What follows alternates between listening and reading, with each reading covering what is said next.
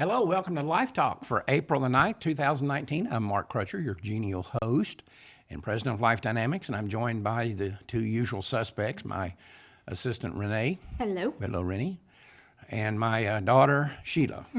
I just have to say that shirt makes your eyes pop. It Oh, does it does. really? Yeah, it's a very spring-like shirt that makes your sky blue eyes pop. And everybody has spring fever around here. Yes. You're nutty, Sheila. Sheila, you're losing the grip. We're also joined today, as always, by Ernie, the frilled-necked Republican, or he's also just a model of a frilled-necked lizard, but we call him the frilled-necked Yeah. Republican. Yeah. And Brave, but scared, but No, he's Trails not off. brave. I know. Yeah. No. They're not brave. And they'll see why we mention him, especially for this show. Yeah, we're going to be talking a lot about politics today and the hypocrisy in the political arena, which we know is rampant. hi, Erica. Hold on. She said hi. She said hi to us. Oh, hi, Erica. How are you? In our opening, first thing we want to do before we get to this political stuff is we put out our report on women who get raped in abortion clinics. Yes. The Me Too movement, the Me Too movement's politicians, the godless left have completely ignored it. Yes. All we're hearing from them is crickets. Right. And we also talked in there about how there are practicing abortionists that we name in the report that have raped women or sexually abused women. And now, since that report came in and they've began to ignore it, another one has done this or been accused of it. We don't know if he's done it or not. Yeah. And there's still 5. practicing. And still practicing. Alabama abortionist Willie Parker. He's also in Mississippi. And he's a heretic, a liar. Very arrogant, very cocky. Yes. Claims that he's a born-again, Bible-believing, washed in the blood of Jesus Christian abortionist. He's going to have a surprise waiting for him. Doesn't he, though? He's one of those abortionists that likes to go out and say, oh, yes, I'm a proud Christian abortionist. He is such an arrogant person. And he's a liar. I would like to see a debate between him and you. You would wipe the floor with him. And plus, he's so arrogant that He would take you on. he would, unlike Yeah. these other abortionists or pro-aborts who anyway. are smart enough not to. He Down. would actually take. Heel, Sheila, heel. He would take. He would take the bait. So I say, Willie Parker, try to debate Mark Crutcher. Okay, thank you, Sheila, for that. Anyway, so now we know he may very well be one of the rapists that's in our next report on women being raped in abortion clinics. They are not talking about this, though. The No. Me Too movement, nobody is talking about this. Candace, I searched last night to see if there wasn't any investigations going on. I have a feeling Willie Parker had paid her off. He said that he never went into a sexual relationship without consent. Well, And the abortion industry should be calling, the Me Too movement should be calling for a congressional investigation into the abortion industry. And if this were anybody else, they would be. Well, what's interesting is the person that came out with allegations against him, accused him, she is an abortion rights activist. Right. And so you have this abortion rights activist who, on Medium.com, which is a pro-abortion website, very biased, she wrote the article on that website saying, hey, this abortionist, sexually harassed me. And there have been crickets. Some people have said, oh, we need to listen to her and look into this. But otherwise, crickets. They're not doing anything, no. Yeah. Well, of course, he's the last remaining abortionist in Mississippi. They can't afford to lose They them. can't afford to lose him. No. So they'll put up with it. As we said in the report, and as you made the point one time, Renee, they look at these women who get raped by these abortionists as collateral damage. Right. This is just the price you have to pay Right. for legalized abortion Yes. is some women getting raped. The same people that they try to get into those abortion clinics that they turn their backs on as soon as something happens. And I also want to point out that the whole Joe Biden thing is going on right now, showing how much of a creeper he really is. He is a creep. So, it's okay for the media to talk about Joe Biden and this is going on, but it's not okay for them to talk about how much creepers abortionists are. Right. And you actually wrote a short little blog post that we'll post later Yeah. to our Facebook. Meanwhile, You can check that out. in Ohio, Tim Ryan, supposedly a good Catholic boy, so he claims, used to be pro-life. It was a pro-life Democrat. And he has flopped on the abortion issue because he wants to run for president as a Democrat. And I'll guarantee you what happened right here. The Democrats brought him into a room, said, if you want to run for president, that's fine. Join the 20 other in the primary. But if you don't change your position on abortion, you will get no support in the primary. And you will get taken out of the primary. And he sat and made a basically what is a career decision. If my career is going to go any further as a Democrat, then I have to flop on abortion. And this is the problem that I've always pointed out with this idea of pro-life Democrats. You say, well, we need to have Democrats who are pro-life, and we do. But at some point you have to say, if you're a Democrat and you're running under the Democratic Party platform and while trying to claim to be pro-life, you got a conflict. Yeah, very much. And when push comes to shove, what you find is that these moral cowards like Tim Ryan, if they have to abandon their political ambitions or the unborn, they'll abandon the unborn every time. Well, my question is, was he really pro-life to begin with? Right. I would say he wasn't, because you can't say, oh, I'm pro-life, I protect the sanctity of life from the moment of, fertilization, and then say, oh, well, because, I'm trying to run for president, I'm changing my stance. Yeah, that's the issue I have, is how can you be so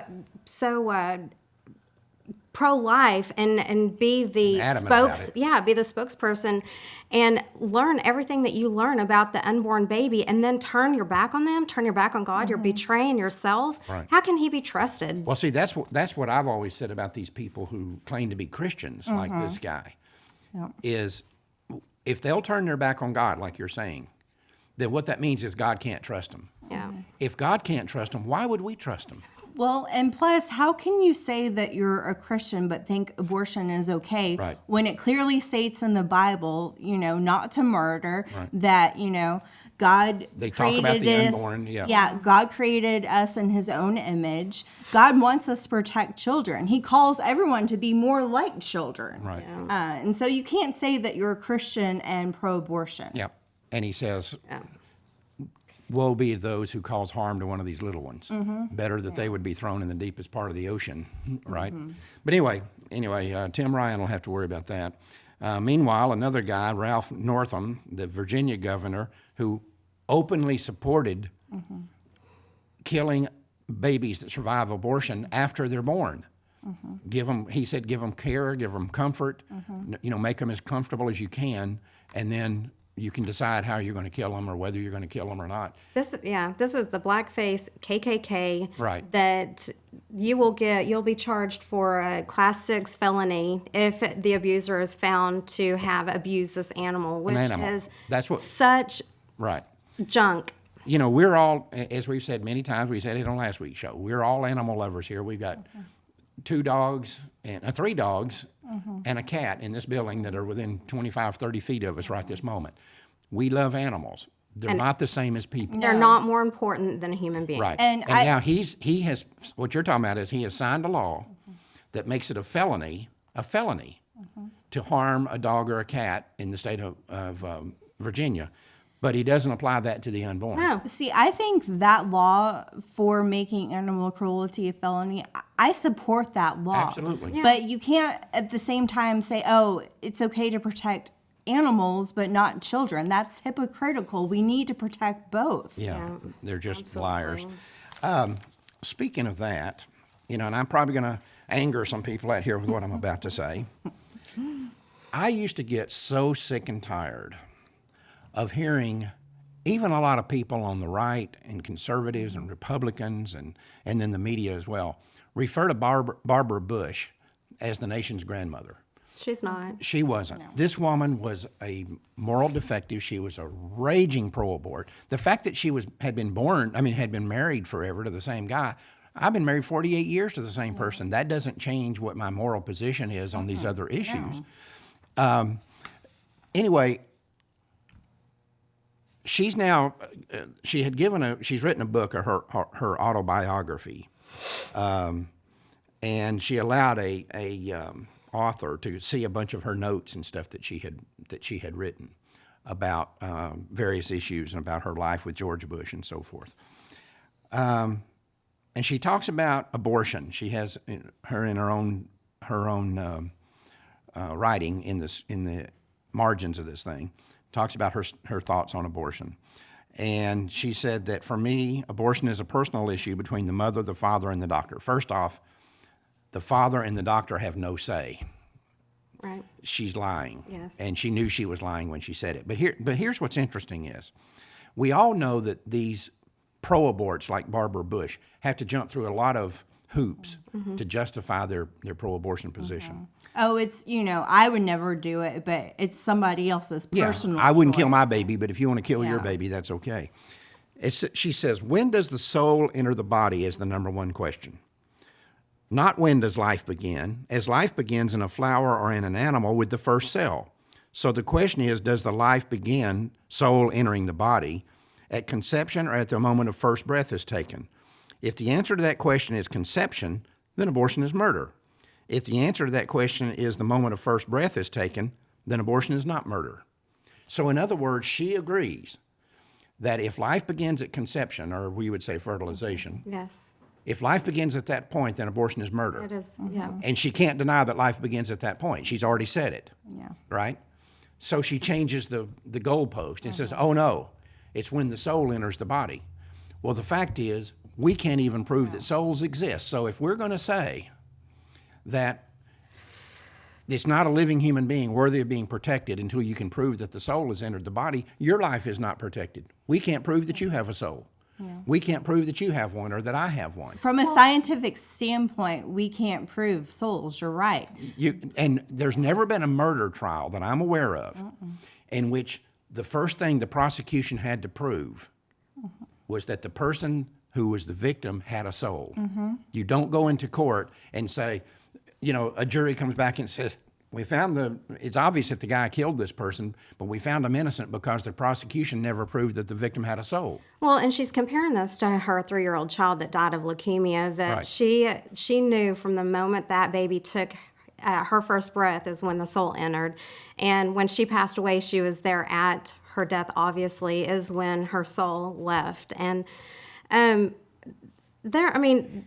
scriptural, biblical, there is not proof about the soul or the spirit. But if anybody wants to go read Psalms 139, 13 through 15, it's very clear about when the soul is entered into the body. So God breathes life into that child at the moment of fertilization. If souls exist, and I do believe they do, I'm just saying as a legal matter, nobody requires that you go into court and prove that a victim of a murder had a soul. Nobody requires that. From a legal, Right. scientific matter. And that's what she's talking about here. The woman was a liar, and she had to manipulate the facts that she knew to be true in order to justify her radical pro-abortion position. She showed up at a Republican convention one time with wearing pro-abortion pins. yes, Well- and she took it off when her husband Changed entered his, into the GOP. right. And the Republicans, those of us who live in Texas know, the Bushes were never pro-life to start with. They are corrupt. I never liked the Bushes. I never trusted them. And now I think it says a lot when you see them being buddy-buddy with the Obamas. Right. That Well, says a all lot. 4 of them admitted that they voted for Hillary Clinton. Well, and not just Right. that, but the Laura and George Bush, one of their daughters spoke for Planned Parenthood in Fort Worth Right. a couple of years ago. Right. George Bush, when he was governor of Texas, named a highway after it's the John B. Coleman Highway in Houston. You can go down right now and drive your car down the John B. Coleman highway in Houston. George Bush is the one who named that highway after him. John B. Coleman was a illegal abortionist originally. He was under indictment for doing illegal abortions. When abortion became legal, they dropped the indictment. He became a legal abortionist. He killed a 15-year-old girl named Jamie Garcia, and he died the day they were having her funeral. And George Bush named a highway after this guy. It's deplorable. Well, when push comes to shove, most politicians don't stand up. An example, one of our viewers, Dan Hawkins, told us that last night over 300 of them were at the the Texas Capitol last night. In Austin, right? Talking to the House Judiciary Committee, talking about House Bill 896, which would abolish abortion.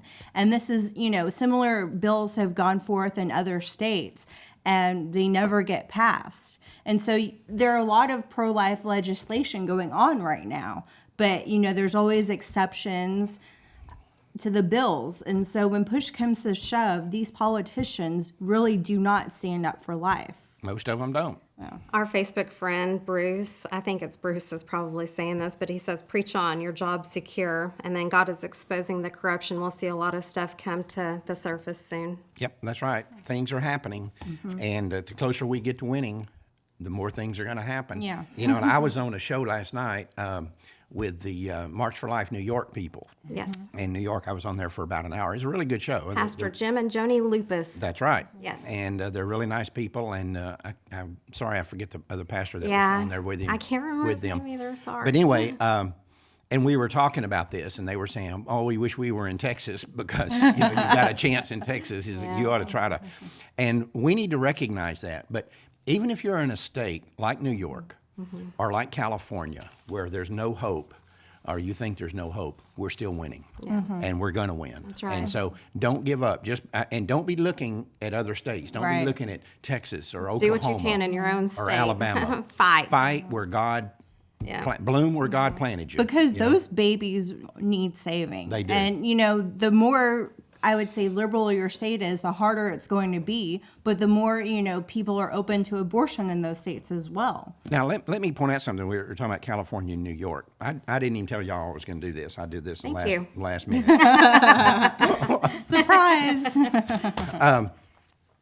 But I keep on seeing these pro-aborts and what I call the godless left in America talking about how Hillary Clinton won the popular Popular vote. vote. And now they're calling for the Electoral College. And some of these people that are running for president are calling for the Electoral College to be abolished. I did some research Okay. yesterday, all right? All right. In the United States, in the last election, 2016, Hillary Clinton got 65,845,063 votes. Donald Trump got 62,980,160 votes. That's 2,864,903 votes more for Hillary Clinton than for Donald Trump. And the godless left, the abortion lobby, and all the rest of them are saying this makes him an illegitimate president, and that actually more people wanted Hillary Clinton. But what I did is I went and looked at the state figures for two states, California and New York, the two godless liberal states on the coast. In California, the difference between Trump and Clinton was 2,568,841 votes. In other words, California alone almost accounted for the entire difference nationwide between Clinton and Trump. New York, Clinton won by 1,503,304 votes. The total is, what this all means is that if you combine the two, Trump won nationwide by 1,207,242 votes. If you take out California and New York. Right. In the rest of the country, the entire rest of the country, Trump won by 1,200,000 votes. They don't want to look at it that way. And what this means is very simple. This election was exactly what the founding fathers had in mind when they created the Electoral College to begin with. Yes. They said, we don't want to have one or two high population states being able to control the politics for the entire country. That's right. And that's what would have happened in this election without the Electoral College. No wonder the liberals are calling for, the demise of the Electoral College. Right. And no wonder, people are wanting California to secede from the country. They know this better than all of us. So what they would accomplish if Right. there was a demise of it. Right. They understand exactly what's going on. Don't be deceived. And that's the point. That's the reason I wanted to bring this up, is so people would understand when you hear the godless left making these arguments, dig down a little bit and say, why are they doing that? Are they just upset that Hillary Clinton got more votes and didn't win? No. They understand that they own these two coasts. They own New York. Yes. They own California. Right. And they want those two states to control what happens in every other state. Yeah. But again, if you look at it, if you analyze the numbers, without New York and California, if you take them out of the mix, Trump won by over 1,200,000 votes.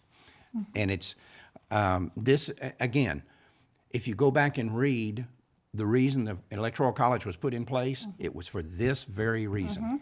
And I would argue, too, if you go back to when states were ratifying the Constitution, that was the smaller states that came up with this idea that said, we don't want to be controlled Right. by these larger states. No, exactly. So we want to have the same number of senators, United States senators. So each state, Texas has 2, California has 2, New York has 2, and so does Maine and Vermont and Minnesota and Montana has, I think, is the lowest population state. They still have the same number. It's because they wanted all the small population states to have political power. And plus, if you look at it, the immigration issue is big in California, just like it is in Texas. And so that, would probably be a factor That's as factored well. into the deal. Yeah. Well, and one more thing, Bruce says one small problem with abolishing the Electoral College, states like Mississippi, where I live, would lose their votes because our voting bloc makes up less than 1% of the overall votes. That's the point. And that's why the godless left wants to do away with the Electoral College. Yes. And my argument would be, if these small states were brought into the Union by people telling them, okay, we're going to make you have all this representation, the Electoral College will protect your interest, and we do away with the Electoral College, my argument would be those states have the legal right then to say, we're out. Right. We were brought in here under one set of rules, and now you're changing the rules and saying you're going to take our power away. We're out of here. Right. And plus, voting, like was mentioned, in some states is very low. Yeah. And so that state isn't truly represented to begin with, but definitely those people that do vote, they're not represented. But anyway, next time, if you're out there in the field and you keep having to argue maybe with somebody in your family about the fact that Hillary Clinton won the popular vote, point this out to them, that without California and California and New York, she did not win the popular Right. vote. And why is this an issue all of a Right, sudden? exactly. So. Well, listen, it's time for us to take a few minutes out for robots, and then we're going to come back and have a very short conversation about something that's very bizarre. But anyway, here's robots for this week. In 1973, the U.S. Supreme Court legalized abortion nationwide. The decision is called Roe v. Wade, and those who defend it are known as robots. This is how they think. If a pregnant woman is told by her doctor that her baby is going to die, wouldn't the most compassionate thing be for her to have an abortion? First off, doctors are sometimes wrong when they make this sort of diagnosis. And it is not uncommon for a woman who is told this to give birth to a normal and healthy baby. But even if doctors were always right, there is an enormous moral distinction between the natural death of a child and the intentional killing of one. It is the same as the distinction between one man dying from a heart attack and another man being shot to death during a holdup. The fact is, trying to market abortion as compassion is absurd.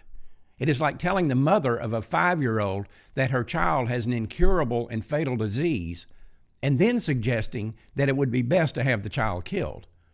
I mean, why force the family and the child to endure what may be a long and expensive ordeal if the child's death is certain and unavoidable? Wouldn't a quick and simple execution be more compassionate? And here's my question. Under this going to die anyway standard, if a man is charged with murdering his wife, should we dismiss the charges if we find out that she already had a fatal disease? Or how about this? When certain medical experiments are too dangerous to be attempted under normal circumstances, Should it be legal for the government to force prisoners on death row to participate? After all, they're going to die anyway. All right, we're back. Sheila's going to give us a little update here in a minute on some things that are going on with our new video, and it's really taken off. But anyway, first, I don't want to spend a lot of time on this, but this kind of shows you where we've come to as a. I don't even know what. It's a bizarre story. It is a bizarre For story. this story, you need a flow chart, really, Yeah, to you keep need- up with everything. Keep up with everything. And anyway, in Nebraska, a 61-year-old woman has given birth to a baby. First off, I'm not sure why 61-year-old women, or if that's a good idea health-wise, for health-wise. 61-year-old women to be giving birth. But anyway, she did. She carried a baby. She was a surrogate. Make sure y'all follow along and make sure I'm telling It's this so right. confusing. She's got a gay son who is, quote unquote, married to his lover. Yes, They wanted a baby. right. She agreed to be a surrogate Yeah. and carry a baby for them. And they used eggs provided by the sister of the gay son.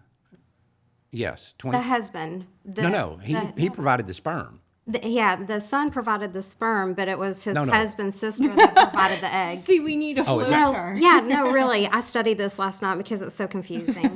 Okay, so It was the husband's sister that provided the eggs. Okay, 24 eggs. So what we've got now is a woman carrying the baby that was created by her son. Yes. That was Yes. the also sperm that was taken from her son. Yeah. And eggs that were taken from her son's husband, sister. Yes. She gave 24 eggs, right? And of course, some of those wound up as abortions, which they're never going to admit because if No, they do.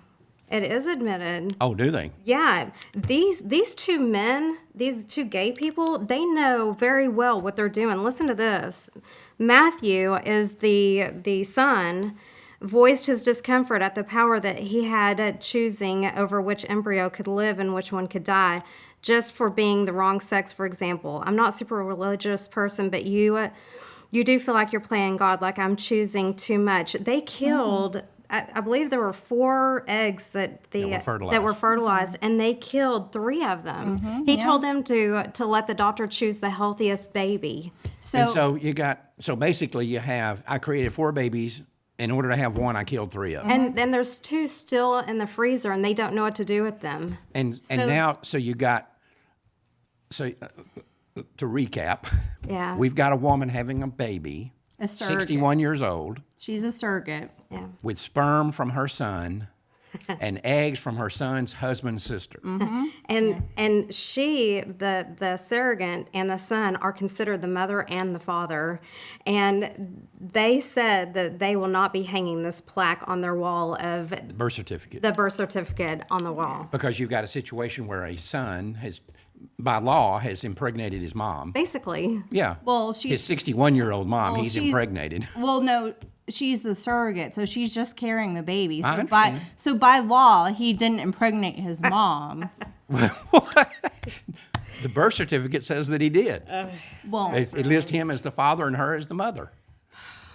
scientifically, I mean, like we said, this is a bizarre story. Like, Yeah. it's just, it But shouldn't let me have tell you something. happened. When you go down all these rabbit trails that we've talked about so many times in the past, whether it's abortion or IVF, and you look at and what birth control pills do to women's bodies and all that, and I don't know if you notice this or not, but it seems like about every 2 years, the new, latest, trendy birth control pill comes out on the market. Yeah. And 6 months later, they got dead women. It kills somebody. yeah, Yeah. or issues. And they pull it off the market, and then 6 months later, there's another new trendy. Well, I agree with what he said. You know, playing God. That's exactly what they're doing is playing God. These babies are being treated like lab rats. Yeah. Yeah.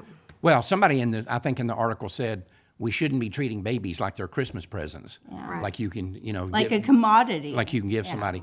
But that's what we did the day we legalized abortion, we set up babies to be treated like commodities. Yeah, and as soon as we went down that path, then assisted suicide and All this other stuff. 52 genders now or something. You know, like whether this was incest or not, I don't know. I guess it depends on how you define incest. Apparently, the state of Nebraska defines it as that. If they're listing on the birth certificate this woman as the mother and her son as the father, you know. Anyway, Sheila, you had a little update before we get out of here. For our video, Message from the Unborn, we did, we couldn't get the ad on Facebook. Still fighting that battle. Right. You had to get a new driver's license. This is the stupidest thing. And so in order to authorize our account, which we've already done, we have to upload a driver's license and a confirmation code that was mailed to you. We finally got the mailed confirmation code. Now we're just waiting on your new driver's license. They're jerking us around. No. So once we get the new driver's license, then we'll upload it and hopefully be able to do a Facebook ad. So, people keep on sharing it. Let's get this video out there. Let's not let this hurdle get in the way of spreading this message. Well, the neat thing is, normally when you put out these pro-life ads, pro-life videos, a week later you've got 300 views or 600 views. So far, we've been out 2 weeks today. We've got, over 22,000? That was over yesterday. 22,000, yeah. As of yesterday, 22,000 views. And so people are getting it out there, and just, I encourage everyone to continue because we have gotten great testimony on this video. Absolutely. It's really hitting people. Yeah. We talked to a guy yesterday who's outside the office who does his video production, and he was blown away by the video. Yeah. And he's not even part of the pro-life movement, but he said he was blown away when he saw the video. Yeah, So, it makes people cry and touches people's hearts. yeah, so. it Yeah. does. Thank you, Pastor Jenny, for putting it on your Facebook page. We appreciate it. Absolutely. And Bruce said that last story gave him a migraine. Yes, I tell you, need a flow. We should have produced a flow chart. Right, just to show people, okay, this person did this, and this person had sex with this person, and this person didn't have sex but got pregnant. And then MacB from the UK says hi to all three of us. Oh, good. Hi. Well, hello. All right, is that it? That's it. We're out of time, and had a pretty lively show here. Lots of all over the lot as far as the subjects go. But that's okay because they're good stories. Yeah, and if you have something you want to see discussed here on Live Talk, a question you want to have answered, whatever, let Renee know, and she'll send you a mug. If you let her know, we'll get it on the show, and she'll send you a free Life Dynamics mug. And we still need your help in two things: circulating this video. Make sure all your friends circulate it, and do a deal where you say, look, I'm going to tell you about this video. I want you to watch it. Then I want you to get 5 people to watch it. And make sure each one of them get 5 people to watch it. We need to get this circulated around. Yeah. But we also need, and I don't even like bringing this up, but it's a fact, we've got to have financial support. Yes, we do. We have a lot more videos like this that we have sat around and discussed. We've got some that I think are going to be even more emotional than this one that we just did. And other projects as well. Yeah. And other projects that we're working on too. A lot of other projects here at Life Dynamics. But none of them are going to happen without your support. I've said it a million times, and you get my newsletter, I always say the same thing. We can't do anything without you. That's just a reality. Without your financial support, your prayer support, nothing happens here. And if we're going to do more of these videos, and if you think these are a good thing because they touch people's hearts and make them think about the unborn as a living human being, we need your help. Yeah. Hey, Rebecca, I know that you just got here. You can rewind the show here pretty quick, though. And Bruce wants to know when another Moffat 21 is coming out. But Bruce, Moffat 21 is evergreen. It's never going away. Right. No, we still get people buying my office. We sold, let's see, the last day was Friday. We sold, I think, over 500. Last week. Yeah. 500 of them on Friday we sent out. Yeah.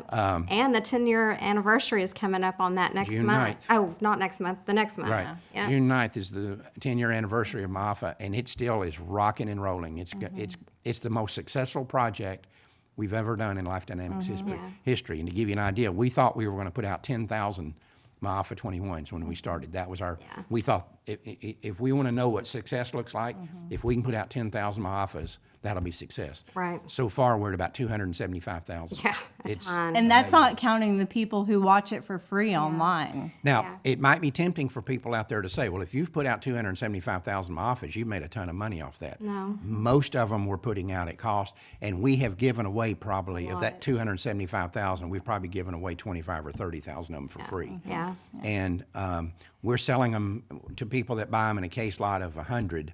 We sell them for $1.50 a piece, and we pay the shipping. Sit down and do the math. We're not making any money off of them. But the message is getting out there. Literally millions of people have watched My Alpha 21. Right. And even other countries as well. Oh, yeah, right. So it's been a very successful project, and it would have never happened without you. Yeah. And the same thing is true with all the other projects, and like this new video project we got going. Anyway, we're out of time. Okay. Thanks for watching. We'll see you again next week. Until then, remember, Life Dynamics is not here to put up a good fight. We're here to win, because winning is how the killing stops. We'll see you next Tuesday.